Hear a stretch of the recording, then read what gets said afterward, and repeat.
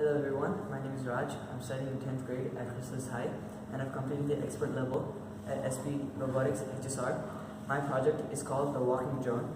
To make this project, I've used the SP Arduino board, 8 servo motors, and the other parts of the expert level bot. I've used the phone to record whatever the robot sees, and I've attached the phone to the robot. So how it works is that I've listed a whole code, and then the robot moves according to whatever I input to the computer. So once I give a letter such as W, the robot moves forward. And at the same time, the phone records whatever the robot is seeing. That way it works as a drone. The robot can also turn right.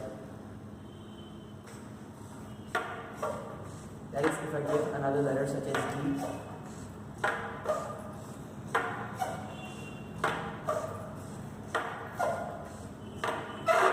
The same way the robot can also turn left.